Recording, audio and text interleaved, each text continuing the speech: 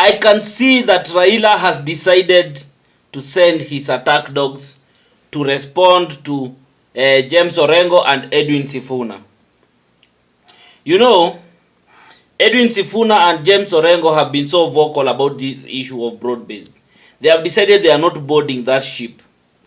And now it seems like Raila feels very much uncomfortable with the way these people are expressing themselves, even in front of the president. You can remember how they did, how James Orengo, what he said during the burial of Raila's bodyguard. Yenye hata Ruto alikuwa.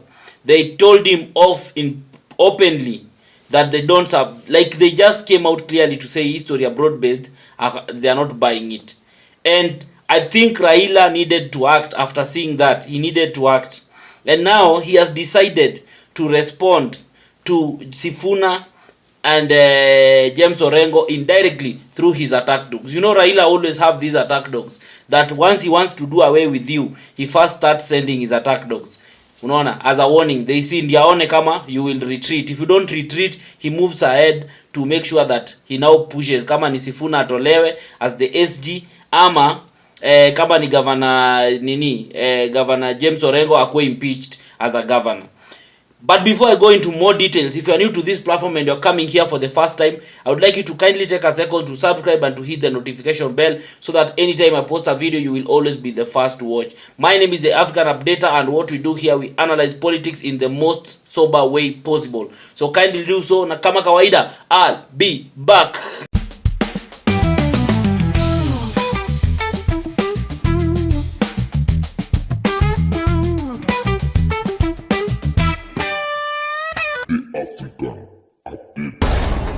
Thank you so much for everyone who has subscribed, and for the return subscribers, I really appreciate you guys. Nyinyi ndio mnafanya hii platform inaendelea kukua kubwa each and every single day. So as I was saying, Raila has decided to send his attack dogs. And you know the way Raila starts, you can see ametuma some very unknown people. These people that he has that are responding to nani are people who are very much unknown.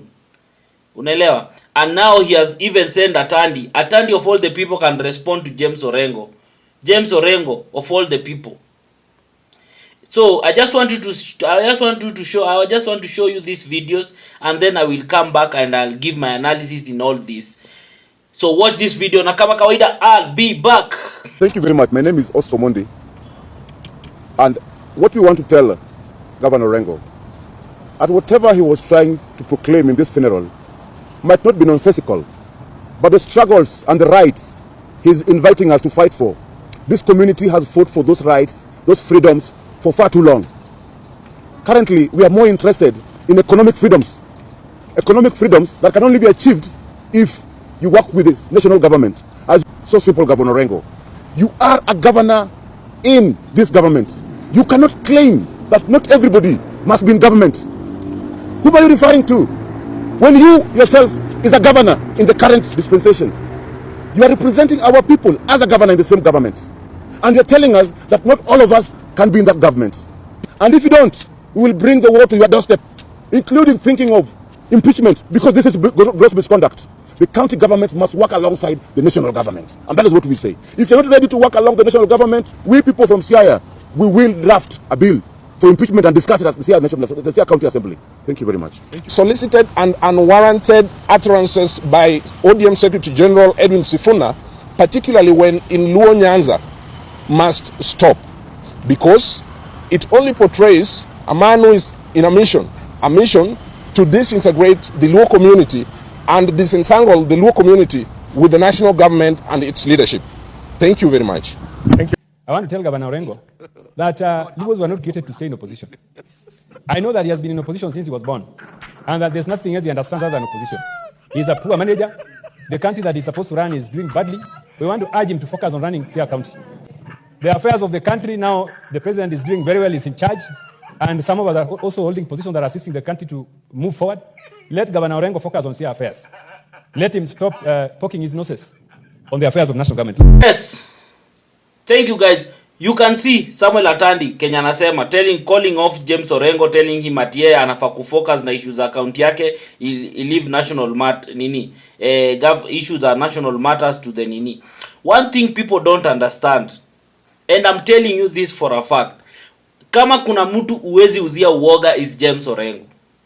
And these young people, these politicians were juicy, people like Akina Atandi, which I even don't know what he does with his life apart from going to the gym and working out. I don't know what he does. Even that committee Nyampatiwa, I don't think he will deliver on anything cool, because I've never seen anything that Samuel Atandi has worked on that imeonekana in public. He should tell us one, even in his own constituency amefanya nini. Unaona? So he's someone who is not even qualified to talk mbele ya James Orengo. He's not qualified at all because he has no track record. He has nothing to show for it. He has fought for nothing in this country besides working out, because that's the only thing mi wanaonanga video zake of working out in the gym. There's nothing else. You get? So if being given that docket that he has been given as the chairman of CG Budget and Appropriation Committee doesn't make him feel, it doesn't give him the right to feel like he can talk down people like James Orengo. People who have fought for this country. You know, there's no difference between James Orengo and Raila Odinga. The only difference is that Raila, his star has shined, at least in terms of anaonekana, amekuwa mbele in terms of kuonekana. But in terms of struggles for this country, in terms of liberation for this country, for the second liberation of this country, James Orengo is at the forefront. James Orengo is at the center of that liberation. There are some people you cannot rule them out. There are some people who have seen governments come and go. They have seen how ruthless governments have been. So such people, if they come and tell you that you should not go this direction, they know what they are talking about. They are talking from a point of experience. Atandi anaongea from which point of experience? I don't want to mention those other guys because they are very much unknown and very much insignificant. Even addressing them on such a platform will be very unfortunate. But today I'm bitter because there are some people there are some levels you don't try even to match up, because what James Orengo was saying is just factual. He's just telling people, stop singing praises for the government all the time, that we cannot all be in the government, and that is true.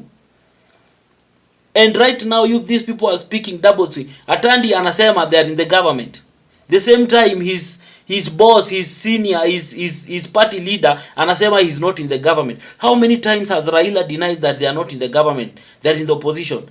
Then Atandi anakuja kusema they are in the government and they are taking part in forming policies for this government. So who is saying the truth and who is not? And James Orengo is just watching how these people are now heaping praises and following being Ruto's choir master, and he's warning you people. He's warning that this is how dictators come into nini. This is how dictators they come into power, like they cement their leadership, their dictatorship. James Orengo has seen it all. You can't come here and tell us that James Orengo should afai kuongea, sijui afai kufanya nini. He will call you out. And na kama kuna mtu, even Raila knows himself. Let me tell you, and I'll tell you here on this platform, if there is one person that Raila cannot come and attack openly, is James Orengo. He can't. He knows that Orengo can take him head on. And one thing I know about James Orengo is not scared of losing that governor seat for Siaya. He doesn't care about it. That was a retirement package for him. There are some people who they just needed a retirement package, and that's why Governor Orengo left the Senate, because if he still wanted to be so active in Kenyan politics, the best way he could have been was in the Senate. But he left it and came to be a governor because it's a retirement package. For him, he just wants something he can retire and go home and rest, because he's looking at his sunset days. So threatening someone like James Orengo from someone like Atandi, even if Raila is sending James Atandi to attack James Orengo, he's doing it because he knows he himself he can't. James Orengo will not hold back. He will not. He will not hold back. And if there is someone who knows more secrets about Raila's life and everything, it's James Orengo. So Raila cannot dare try and even mess up with James Orengo openly. He can do it privately and through his proxies like Akina Atandi and all Akina Wandai and all these people. He can use his proxies. But he cannot come out openly to call him out, because he knows who James Orengo is. James Orengo is not someone who is scared that he can stand in front of Raila and Akwe terrified. No, he can't. He's past that. He has seen it all. If he was able to withstand people like Moi, then who is Raila and all these people? So anyone who is thinking that they are going to intimidate James Orengo with impeachment and everything, trust you me, you can impeach James Orengo today and tomorrow he will behave as if hata hakuna kitu imefanyika. He will move on with his life like it's nothing. And he will be impeaching James Orengo will be worse, because it will be the end of dismantling Raila in Nyanza, because that man has gotten a lot of information about Raila's style of politics and the things that happen behind the scene. Anajua James Orengo akona a lot of things. So people like Atandi, the fact that they have been given a small position, they shouldn't feel like they are in a position whereby now they can talk down people who have fought for this country. If there are people who should be respected in this country, are people like James Orengo, Akina Martha Karua, and Akina Gitogu Imanyara, those people who fought for Akina Koigu Amwere, people who are still alive. And people, if like Kama Kina Matiba, if they were still alive, there are people we could have celebrated. Because this freedom of expression that we are enjoying right now, it is not only Raila Odinga who fought for it. And you people need to be told the truth. Every time you always want to be put Raila is as if yeye ndiye alipigania, because he's not the only one who went to prison. Even Akina James Orengo, they were imprisoned. Ama what kind of history nyinyi mna nini? The fact that Raila went more years doesn't mean that others did not suffer. Others still suffer. Akina Koigi suffered for it. You get? Akina James Orengo suffered for it. Akina Matiba, the late now, suffered for it. Akina Gitogu Imanyara suffered for it. So you shouldn't put it like it's only Raila who fought for the liberation of this country. As much as we respect him and everything he has done, we need to respect other people who fought for the liberation of this country. Because the freedom we are enjoying right now is not an effort of one person. So we can't just glorify someone at the behest of all the others. They deserve to be praised, even if they have made mistakes in the past. It's okay, people make mistakes, but were they part of the struggle of liberation? Yes. Are they fearless? Are they people that you cannot, that they cannot be compromised? Yes. James Orengo is one of them. This is a man who stands on principles. He cannot be compromised under any ground. And that's why you can see he was able to call out the president openly. He was able to call out people openly and tell them that if this is what I'm seeing, if this is the direction this country want to go, then we will slide back to where we were so many years ago. So apana fikiria that simply because you have been given a position, you are in a position now to lecture people who have given you even the freedom of expression, who have made you enjoy what you are enjoying right now. Because there are some countries that even opposition leaders cannot speak. Look at what has happened in Tanzania with that Tundu Lissu over Nini. The guy has been arrested simply for holding a public rally and telling people that they should boycott election if the reforms are not done correctly. He's been charged for treason. Just for that alone. So what James Orengo said is just in line with the things he has seen, and he feels like you people, you should not go a certain direction. So if Raila feels uncomfortable with everything, because most of these people like Atandi, they cannot attack James Orengo without the consent of Raila. I know they can't. And people like Sifuna. But one thing I told you, and I told you I told you guys, Sifuna, the only thing that is putting him in ODM is the respect that he has for Raila Odinga. But that guy, his heart has left that party. ODM, Sifuna is not in ODM. His heart has left that party completely. Ayuko hapo. It's only out of the respect for Raila Odinga, and he's still figuring out what is the next move for him politically. That is why he's still maintaining hapo hivyo. Lakini roho yake na kila kitu. You know, in this world there are people who are so much principled that it doesn't matter even if they are going to lose their seat, or even if they remain a civilian. They'd rather remain a civilian as long as they don't compromise their values, as long as they stand with what is true. And that is the likes of Akina Sifuna, Akina James Orengo. So you people, someone at the level of justice, someone who has seen it all, that you could feel you can come in public and you threaten him and you tell him that you focus in what you are doing at you nina surely, and you feel like James Orengo malpenye yako anafaa kushtuka. Someone who can come and call out the president in front of his face. Ati sasa wewe juu umepatiwa tu ka chairman wa committee ya parliament pale, you feel like you are now powerful, you can address people like that.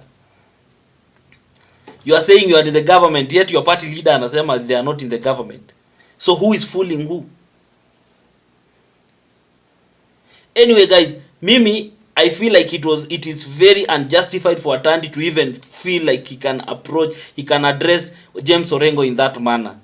And I feel like it is not his own volition. I feel like this is Raila behind the scene. Simply because the Raila that I know cannot come out and attack Nini Orengo directly. I know you people, you will mention a while back, oh sijui, I don't know, it was in 1997 when James Orengo parted ways with Raila na akalipoteza seat yake, and then later akarudi and then akaregain seat. That is way back. That was way back. This is a man who has seen it all. This is a man who has gone through all the phases. So you don't cannot imagine, you don't think that at his age and all the things he has seen, he can still bow down to Raila Odinga at is still desperate. No, this is a person who is not desperate. He can tell Raila and his party and his ODM, to hell with you guys. If you want to impeach me, do it. I will gladly go home and do my work and even go back and serve in the judiciary as an advocate, work in the nini as an advocate, as a senior counsel and everything, na life iendelee. He can even decide to rest. Because he's someone who has lived his life in political space. He has done whatever he has done. He has no interest of being president. He only ran for president one time. But as at this time, we are very sure he's not interested in being president anymore. So these threats na hizi vitisho baridi na nini, you need to stop. As for Sifuna, as I've told you, Sifuna's heart is not in ODM anymore. And when the right time comes, that guy will leave ODM. He's embarrassed, but out of respect for Raila, he just needs to nini. And that's why you can see, even bele Raila, he still needs to, bado anasema vile anafeel. Because that is how principled people are. They don't get swayed vile unaona saa hizi. The moment Raila na Ruto wamefanya handshake, now people who has nini, even hata watu wajapewa cheo ODM, in this government washaanza ku heap praises for the president and everything. Anyway guys, what do you think? What do you think about these threats that are being sent to James Orengo? Do you think like he can break? Do you think like zinaweza mfanya anything and Sifuna and everything? Tell us what you think in the comment section. Share your views, but above it all, remain respectful. Don't insult anyone. Thank you guys, and if you want to support this platform, kindly do so. My number is always there. You can do that. Thank you. Until next time. Bye-bye.